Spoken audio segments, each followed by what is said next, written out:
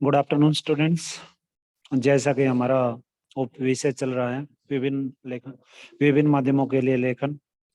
आज जो हम चर्चा परिचर्चा करेंगे, टीवी खबरों के लिए विभिन्न चरण कौन कौन से होते हैं। इन सभी चरणों के संदर्भ में आज हम जानकारी प्राप्त करेंगे। नेट पत्रकारिता क्या होती है, हिंदी नेट पत्रकारिता क्या होती है, ये जो बातें हैं इन बातों के संदर्भ में आज हम जानकारी प्राप्त करेंगे। ठीक है। तो टीवी चैनल पर खबर देने का मूल आधार वही होता है जो प्रिंट या रेडियो पत्रकारिता के क्षेत्र में प्रचलित होता है, यानी सबसे पहला सूचना देना। टीवी में भी ये सूचनाएं कई चरणों से होकर गुजरती हैं। ये चरण कौन कौन से होते हैं, सबसे पहले उन चरणों के विषय में जानकारी हासिल करते हैं। पहला, फ्लैश या ब्रेकिंग न्यूज। दूसरा, ड्राई एंकर। तीसरा, फोन इन। चौथा है एंकर विजुअल। पांचवा, एंकर बाइट। छठा, लाइव। सातवां, एंकर पैकेज। फ्लैश से ब्रेकिंग न्यूज किया है। सबसे पहले कोई बड़ी खबर फ्लैश या ब्रेकिंग न्यूज के रूप में तत्काल दर्शकों तक पहुंचानी होती है और इसमें कम से कम शब्दों में महज सूचना देनी होती है। इसी को फ्लैश या ब्रेकिंग न्यूज बोलते हैं। दूसरा, ड्राई एंकर। इसमें एंकर खबर के बारे में दर्शकों को सीधे साधे बताता है कि कहाँ, क्या, कब और कैसे हुआ। जब तक खबर के दृश्य नहीं आते, एंकर दर्शकों को रिपोर्टर से मिली जानकारियों के आधार पर सूचनाएं पहुंचाता रहता है। ठीक है भाई। तीसरा, फोन इन। इसके बाद खबर का विस्तार होता है और एंकर रिपोर्टर से फोन पर बात करके सूचनाएं दर्शकों तक पहुंचाता है।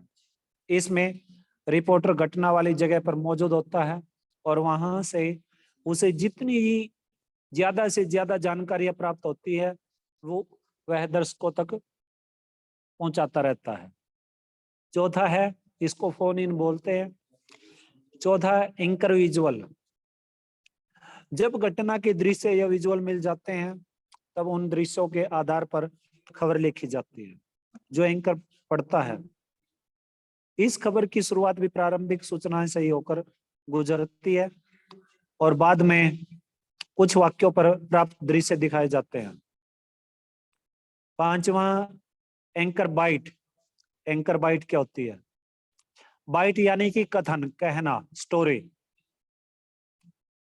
टेलीविजन पत्रकारिता में बाइट का काफी महत्व होता है और टेलीविजन में किसी भी खबर को पोस्ट करने के लिए इससे संबंधित बाइट दिखाई जाती है। किसी घटना की सूचना देने और उसके दृश्य दिखाने के साथ ही इस घटना के बारे में प्रत्यक्षदर्शियों या संबंधित व्यक्तियों का कथन दिखाकर और सुनाकर खबर को प्रामाणिकता दी जाती है। इसके बाद का जो चरण होता है वो लाइव यानी किसी खबर का घटना स्थल से सीधा प्रसारण। सभी टीवी चैनल कोशिश यही करते हैं किसी बड़ी घटना के दृश्य तत्काल दर्शकों तक सीधे पहुंचाए जा सके। इसके लिए मौके पर मौजूद रिपोर्टर और कैमरामैन ओबी वैन के जरिए घटना के बारे में सीधे दर्शकों को दिखाते हैं और बताते हैं। इसी को लाइव कहा जाता है। आगे है, इसके बाद का जो चरण शुरू होता है, एंकर पैकेज किसी भी खबर को संपूर्णता के साथ पेश करने का एक माध्यम है और इसमें संबंधित घटना के दृश्य, इससे जुड़े लोगों की बाइट, ग्राफिक के जरिए जरूरी सूचनाएं आदि होती है। टेलीविजन लेखन इन तमाम रूपों को ध्यान में रखकर किया जाता है। जहां जैसी जरूरत होती है वहां वैसे वाक्यों का इस्तेमाल किया जाता है। शब्द का काम दृश्य को आगे ले जाना है ताकि वह दूसरे दृश्य से जुड़ सके। उसमें निहित अर्थ को सामने लाना है ताकि खबर के सारी आशय खुल सकें। अक्सर टीवी पर खबर लिखने की एक प्रचलित शैली दिखाई पड़ती है। पहला वाक्य दृश्य के वर्णन से शुरू होता है, जैसे दिल्ली के रामलीला मैदान में हो रही ये सभा या फिर जेल में छलांग लगाते बच्चे, इस प्रचलित शैली में आसानी यही रहती है कि बिना किसी कल्पनाशीलता के टीवी रिपोर्टिंग का बुनियादी अनुशासन यानी दृश्य प्रलेखन निभ जाता है, लेकिन इसमें शब्दों की भूमिका बेमानी हो जाती है। दर्शक जो अपनी आंख से देख रहा है उसे दोहराने का कोई फायदा नहीं। कोई कल्पनाशील रिपोर्टर इन्हीं दृश्यों को अपने शब्दों से ज्यादा बड़े मायने दे सकता है। जैसे दिल्ली के रामलीला मैदान में हो रही इस सभा में लोग लाए नहीं गए हैं, अपनी मर्जी से आए हैं, या फिर जेल में छलांग लगाते बच्चों के शॉर्ट्स के साथ लिखा जा सकता है। इन दिनों तेज गर्मी से निजात पाने का एक तरीका ये भी है। अगर वैलेंटाइन डे की बात की जाए, वैलेंटाइन डे की, वैलेंटाइन डे सेलिब्रेशन की खबर लेनी हो और एक दूसरे को बधाई देने का कोई शॉर्ट हो तो इसे कई तरीके से लिखा जा सकता है। इसे प्रचलित तरीके में इस प्रकार भी लिखा जा सकता है कि वैलेंटाइन डे पर एक दूसरे को बधाई देते ये छात्र। दूसरा तरीका इसको किसी अर्थ से जोड़ने का है। यहीं से रिपोर्टर की दृष्टि सक्रिय रहती है और उसकी अपनी समझ भी दिखाई देती है, और वह लिख सकता है, भारतीय समाज में आए इस नए चलन से लोग खुश भी हैं और दुखी भी, या फिर यह नई आधुनिकता परंपरावादियों को रास नहीं आ रही। लेकिन टीवी सिर्फ दृश्य और शब्द नहीं होता, बीच में होती है ध्वनियां भी। टीवी में दृश्य और शब्द यानी विजुअल और वॉइस ओवर के साथ दो तरह की आवाजें और होती हैं। एक तो वे कथन या बाइट जो खबर बनाने के लिए इस्तेमाल किए जाते हैं, और दूसरी वे प्राकृतिक आवाजें जो दृश्य के साथ साथ चली आती हैं, यानी चिड़ियों का चहचहाना और फिर गाड़ियों के गुजरने की आवाज, या फिर किसी कारखाने में किसी मशीन के चलने की आवाज। टीवी के लिए खबर लिखते हुए इन दोनों तरह की आवाजों का ध्यान रखना बहुत ही जरूरी होता है। पहली तरह की आवाज यानी कथन या बाइट का तो खैर ध्यान रखा ही जाता है। अक्सर टीवी की खबर बाइट्स के आसपास ही बुनी जाती है, लेकिन यह काम पर्याप्त सावधानी से किया जाना चाहिए। कथनों से खबर तो बनती ही रहती है, टीवी के लिए उसका फॉर्म भी बनता है। बाइट सिर्फ किसी का बयान भर नहीं होते जिन्हें खबर के बीच उसकी पुष्टि भर के लिए डाल दिया जाता है। वह दो वॉइस ओवर या दृश्यों का अंतराल भरने के लिए पुल का भी काम करता है। लेकिन टीवी में सिर्फ बाइट या वॉइस ओवर नहीं होते और ध्वनियां भी होती हैं। उन ध्वनियों से भी खबर बनती है और उसका मिजाज बनता है। इसलिए किसी खबर का वॉइस ओवर लिखते हुए उसमें सोर्स के मुताबिक ध्वनियों के लिए गुंजाइश छोड़ देनी चाहिए। टीवी में ऐसी ध्वनियों को नेट साउंड यानी कि प्राकृतिक आवाजें कहते हैं। अंडरलाइन कर लीजिएगा इसको, बहुत ही महत्वपूर्ण पंक्ति है। दोबारा सुनिए, टीवी में ऐसी ध्वनियों को नेट साउंड यानी कि प्राकृतिक आवाजें कहते हैं। कौन सी ध्वनियों को? किसी खबर का वॉइस ओवर लिखते हुए उसमें सोर्स के मुताबिक ध्वनियों के लिए गुंजाइश छोड़ देनी चाहिए। वो जो गुंजाइश छोड़ी है उसी गुंजाइश को नेट साउंड बोलते हैं। ठीक है, यानी जो आवाजें जो शूट करते हुए खुद ब खुद चली आती रहती हैं। जैसे रिपोर्टर किसी आंदोलन की खबर ला रहा हो और जिसमें खूब नारे लगे हो, वह अगर सिर्फ इतना बताकर निकल जाता है कि उसमें कई नारे लगे और उसके बाद किसी नेता की बाइट का इस्तेमाल कर लेता है, तो यह अच्छी खबर का नमूना नहीं कहलाएगा। उसे वे नारे लगते हुए दिखाना होगा, इसकी गुंजाइश अपनी व्यू में छोड़नी होगी। ध्वनियों के साथ साथ ऐसे दृश्यों के अंतराल भी खबर में उपयोगी होते हैं।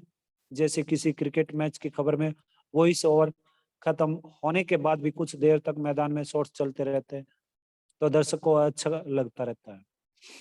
यानी ऐसी खबरें लिखते हुए भाषा में बहुत सब्र की जरूरत होती है।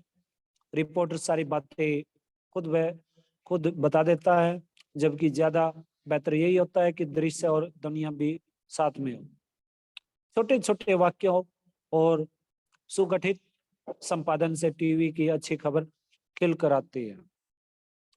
ये बात थी हमारी नेट साउंड से संबंधित, और जो हमारे चरण थे टीवी से संबंधित, जो स्टेप्स थे, वो सभी के सभी ये जो जानकारियां हैं, इस प्रकार की जानकारी हम सभी हासिल कर चुके हैं, चाहे वो फोन इन से हो, चाहे एंकर विजुअल से हो, या बाइट से हो, या लाइव से हो, या पैकेज से हो। अब आगे चलेंगे रेडियो और टेलीविजन समाचार की भाषा और शैली में। दरअसल किसी भी तरह के लेखन का कोई फार्मूला नहीं हो सकता, रेडियो और टीवी पत्रकारिता का भी नहीं। प्रयोगशीलता भाषा को भी समृद्ध करती है और माध्यम को भी। रेडियो और टीवी आम आदमी के माध्यम है।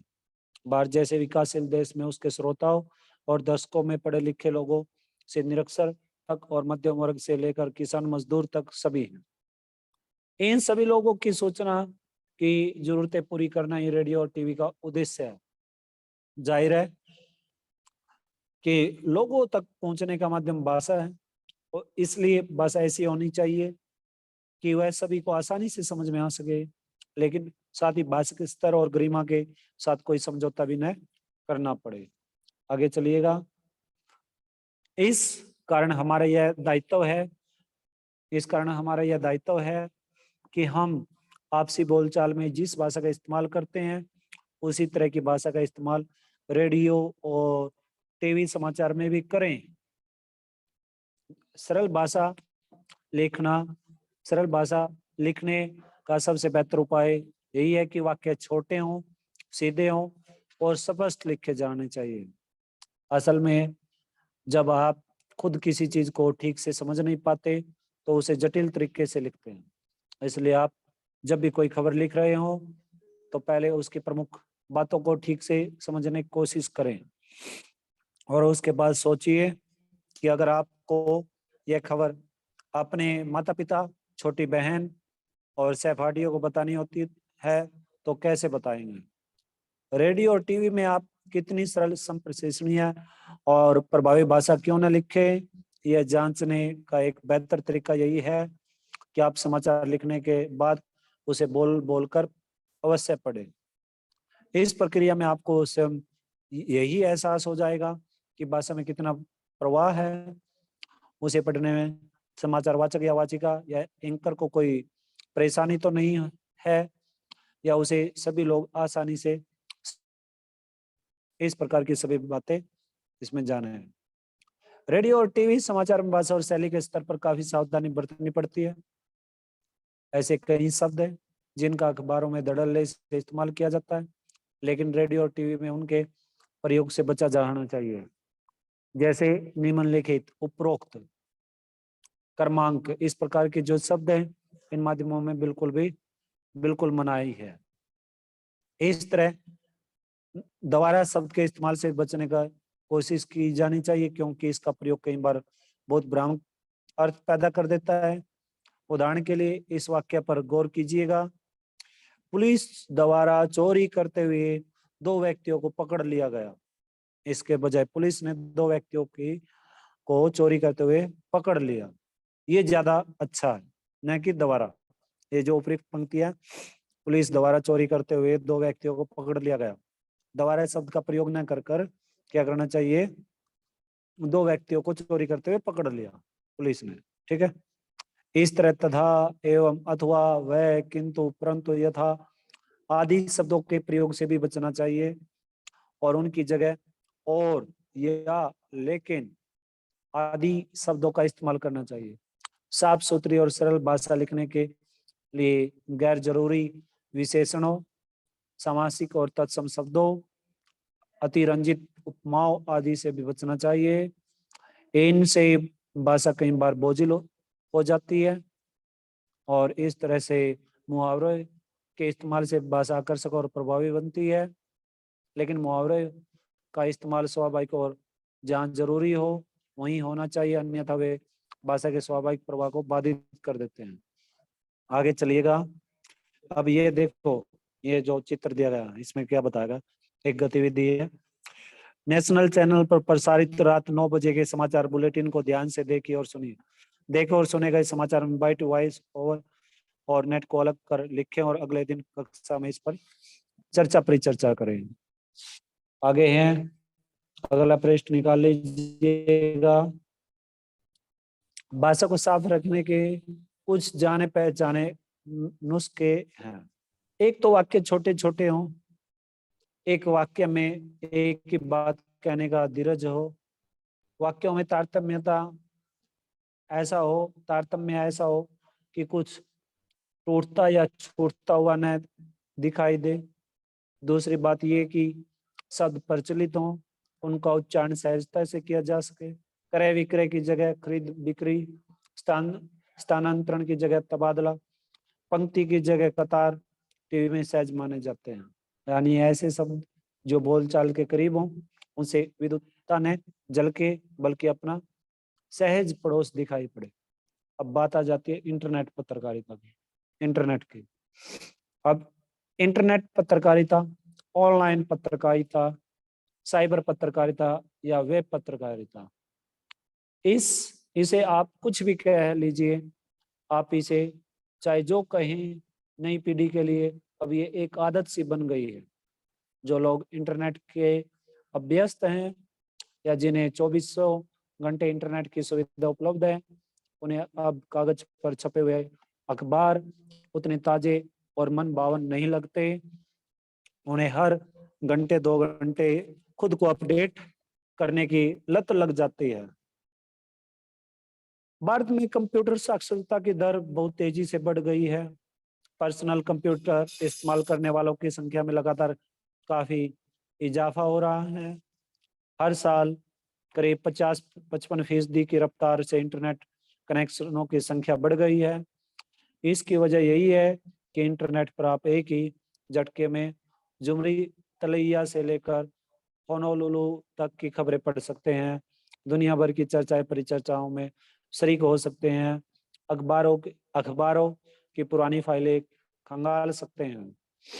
सबसे पहले एक बात बिल्कुल स्पष्ट कर देनी चाहिए कि इंटरनेट सिर्फ एक टूल यानी कि औजार है, जिसे आप सूचना, मनोरंजन, ज्ञान और व्यक्तिगत तथा सार्वजनिक संवादों के आदान प्रदान के लिए इस्तेमाल कर सकते हैं। लेकिन इंटरनेट जहाँ सूचनाओं के आदान प्रदान का बेहतरीन औजार है, वहीं वह अश्लीलता, दुष्प्रचार और गंदगी फैलाने का भी जरिया है। इंटरनेट पर पत्रकारिता के भी दो रूप हैं। पहला तो इंटरनेट का एक माध्यम या औजार के तौर पर इस्तेमाल, यानी खबरों के संप्रेषण के लिए इंटरनेट का उपयोग होना चाहिए। दूसरा, रिपोर्टर अपनी खबर